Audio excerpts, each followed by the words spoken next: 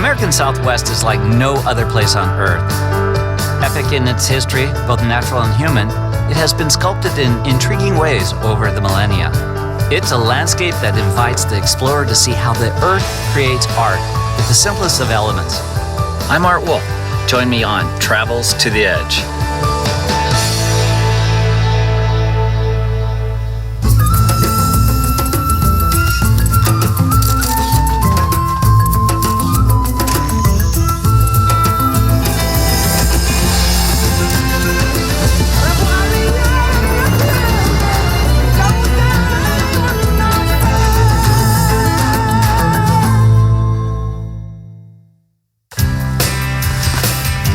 It would take a lifetime to explore the American Southwest, but it would be a lifetime well spent.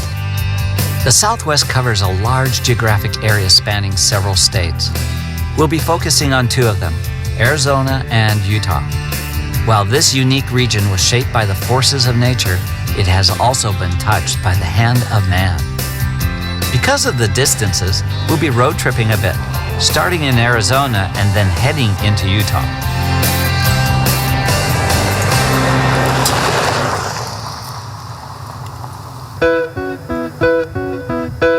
Canyon de Chelly is one of the most significant formations of the Southwest. The Navajo Nation revere this place for its history.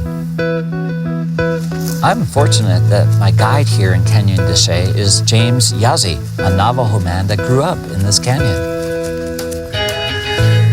Canyon de Chelly is spectacular, not only for the beautiful cliffs all the way up through the deepest recesses, but also for the groves of golden cottonwood that grow along the river. It's so open, you can see everywhere, and the pace of the horses really allows you to bring in the beauty, to really appreciate the land.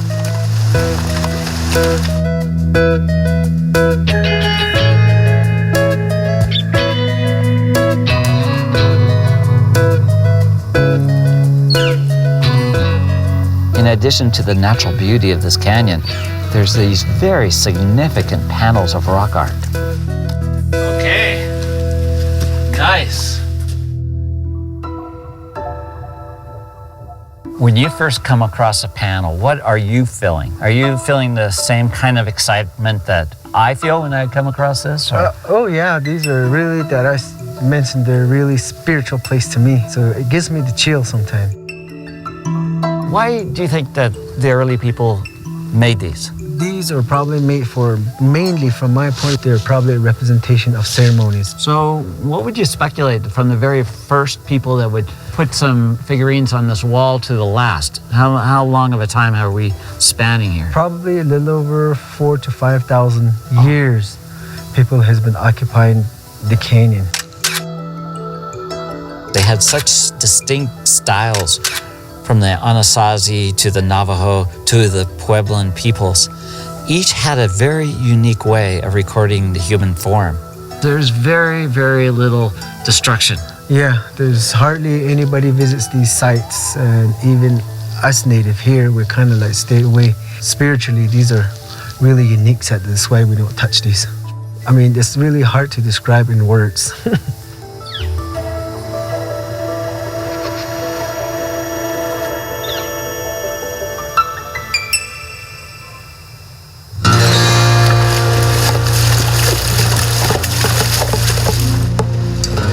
The Anasazi, both painted and then carved into the rock. Yeah, pictograph or paintings, and then petroglyph are carved, etched into the canyon wall.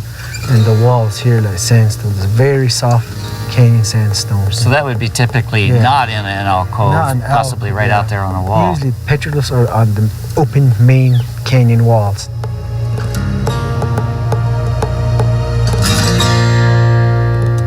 This is quite a panel.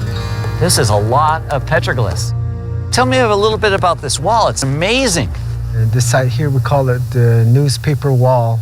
I can really understand why they call it newspaper rock. I mean, it just unfolds. Human figures, animal figures, bird figure, astronomy figure, plant figure, a lot of different designs. And these are the petroglyphs. Petroglyphs, they're all carved into the main canyon wall. right above the little ledge here. And this is largely Anasazi. Anasazi and also a lot of Navajo rock art. And it's a record of the people that lived here.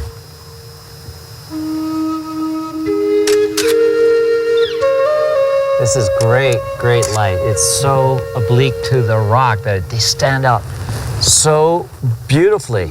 There's almost a three-dimensional quality to the way the light is falling across these petroglyphs. You know, it almost gives it volume.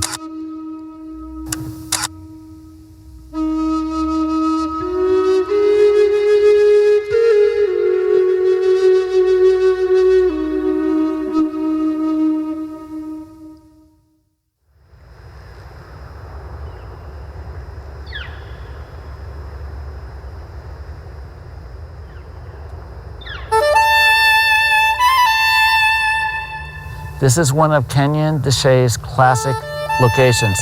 It's a Anasazi ruin known as House Beneath the Rock. It's amazing how they've built these very, very large structures high on a wall, protected from potential enemies, really tucked away under this great overhang. It's such a classic, really beautiful location. The context of the environment, the beautiful texture of the wall, and also the shadows make it a really intriguing image for me.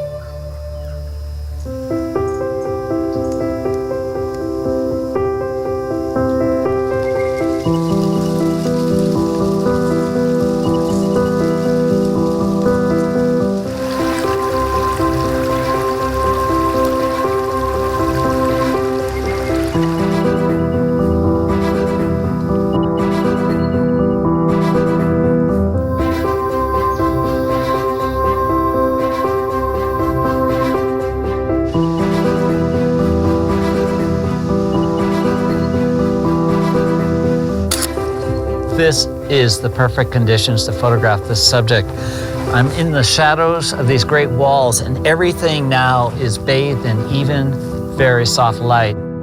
It's not about depth, it's not about stunning rock art, it's all about color, and it's right here.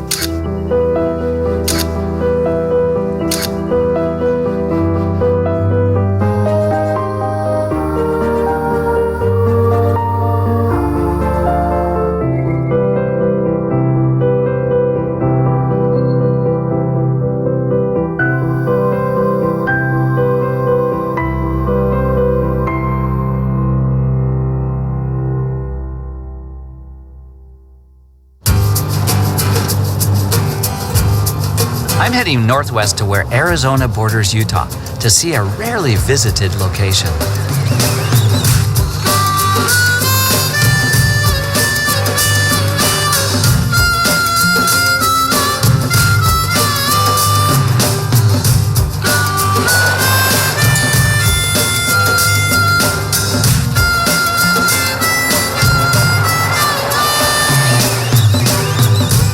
Steve Dotson, a local guide, is taking me to his favorite spot in Vermilion Cliffs National Monument.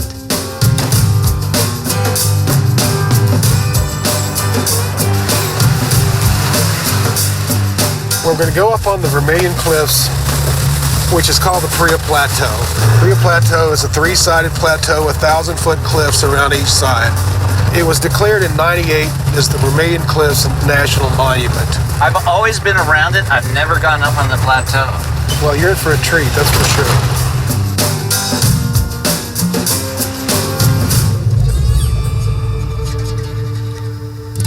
I've never seen anything quite like this. How did you ever find this?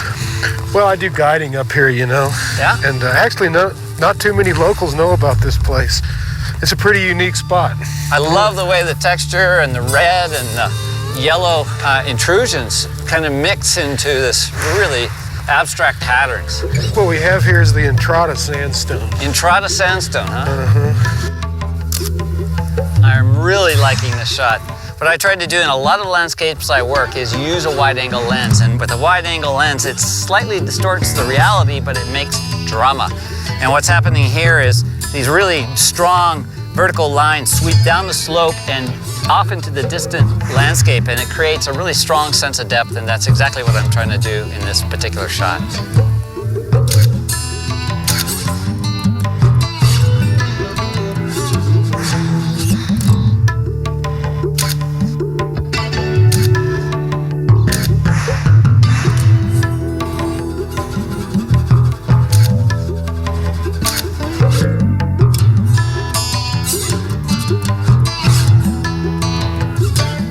I waited to the last waning moments of light to reveal this really unique sandstone structure. As the light goes down, all the highlights are really brought out.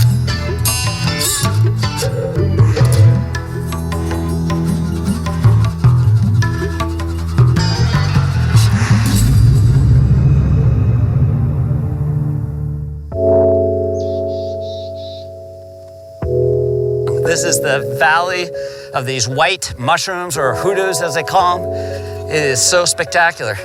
This tallest one must be at least 60 feet tall. I can't believe it. And these are really just narrow columns of rock that form as a result of a more resistant caprock that protects all the softer material underneath. And through the millennium of weathering and rain, it just erodes everything below this tougher rock on the top and creates these columns. This is spectacular, and we caught it just in the great light because the whole background is in deep shadow, and this hoodoo rises and catches the light side lit. It's extremely dramatic.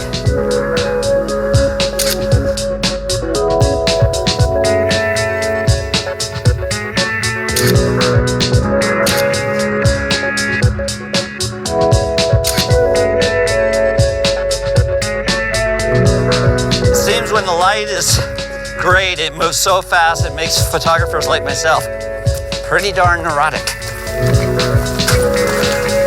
I position myself so that in just a few seconds, my face and the camera will fall into shadow. But as the sun goes over the caprock of this giant hoodoo, I'm going to click a shot just at that moment so that it actually looks like a starburst. And it's just about to happen.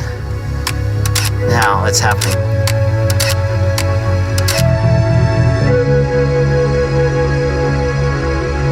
Voila.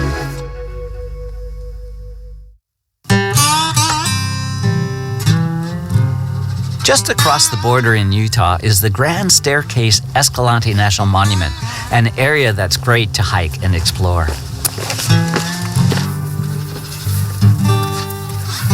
One of the most interesting features of the American Southwest are the narrow chasms in this Navajo sandstone known as slot canyons.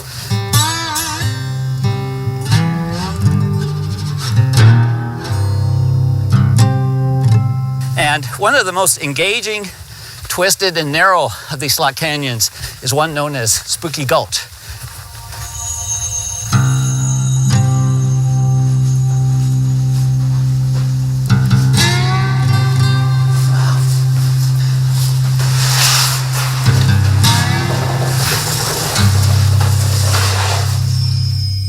The deeper you get into this canyon, the higher the walls become.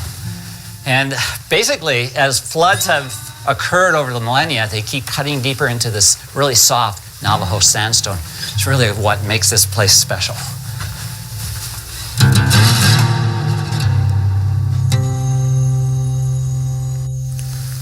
I found a great location to work in this very narrow cut gorge. Basically, I found a fairly wide chamber that allows the light to filter all the way down into the deepest recesses of this chasm. The thing that I like most about it is the way the light reflects on these walls. It gives every little angle a texture. It gives it a slightly different reflective quality, and that gives it a complexity.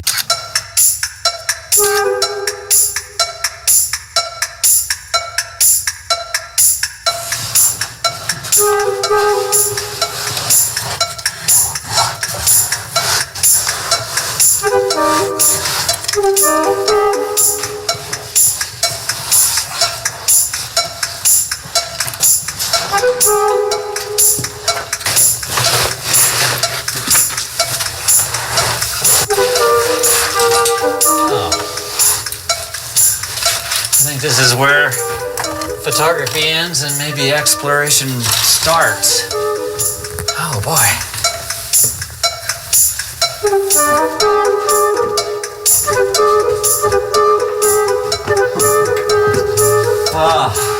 I think I am getting to the end of my rope. At the end of my canyon. I think it's time to explore another canyon, one that's a little wider. Definitely got to lose weight on the next canyon.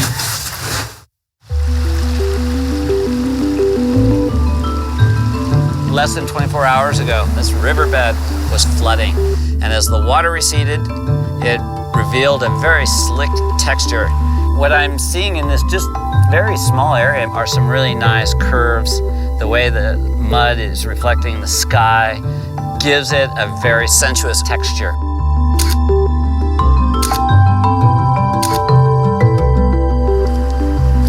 And I could spend the entire afternoon working in this shadowed little ravine and be as happy as a clam.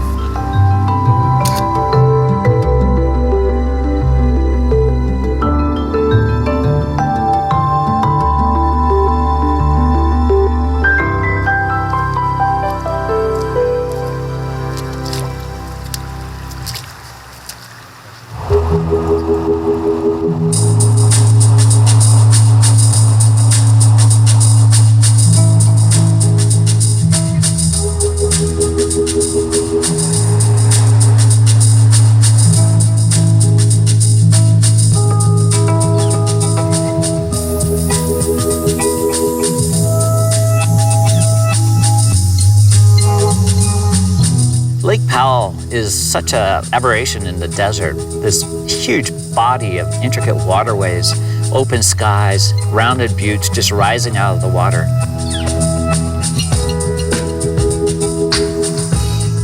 I'm exploring the backwaters of Lake Powell with guide Kyle Walker. I love this area. Around every one of these bends, there's a little treasure to discover. Yep, each turn brings a whole new set to discover. And you know, the nice thing is there's 96 of these canyons. 96 canyons. So there's a lot to see, a lifetime to see. It's quite a sensation to kayak through these really narrow canyons flooded by the waters of Lake Powell. As you go around the bend, new vistas open up and the walls just reach right down into the water.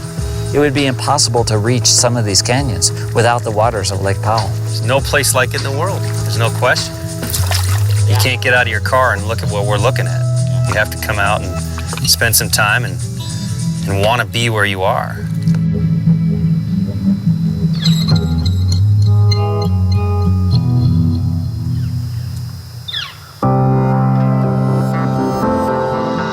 It's the magic hour, and all the oranges and blues of this unique place are at their most beautiful.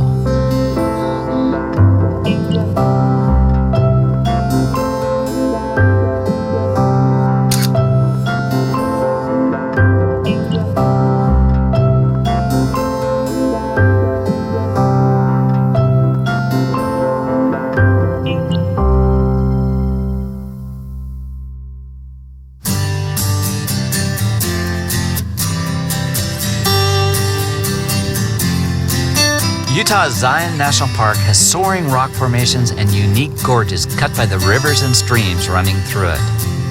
I'm hiking to see one of the most unusual of these with Ranger Tom Harridan. This is the subway, huh? This is the subway, often talked about but seldom seen. What made it so symmetrical? Well, it's a softer layer of rock, and it just erodes away, leaving this arched shape.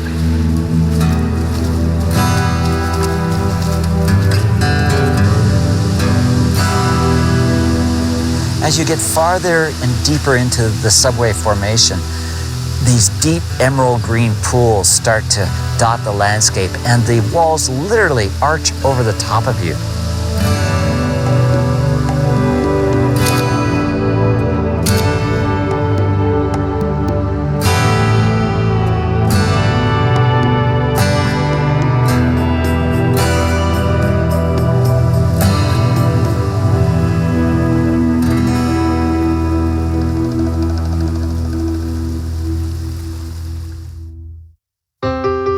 One of my favorite subjects to photograph are the really simple forms of trees. And I can't think of any trees that exemplify this more than the aspen. When most people think of the Southwest, of course they think of the open buttes and the desert landscapes, but there's a lot more in the Southwest. There's these mountains that rise out of the desert. They become truly alpine environments with vast groves of beautiful aspen trees.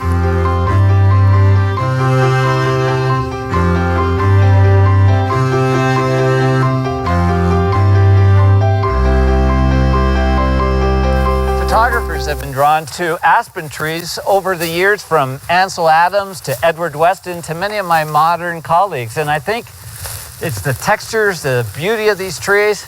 They're great, great subjects.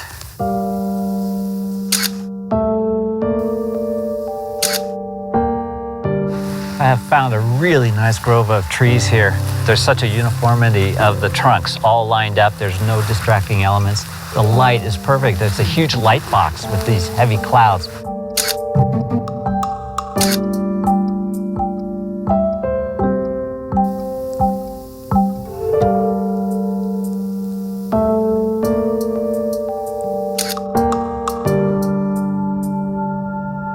The fog has rolled in. It makes everything so much more like a painting. Not only are the trunks of these aspens so beautifully white, but the fog gives it a little bit of distance, a little depth.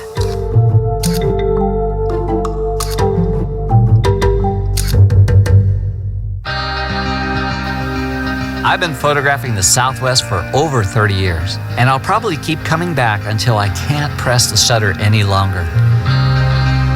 The region's combination of grand landscapes, bizarre rock formations, and intricate details will always keep me exploring.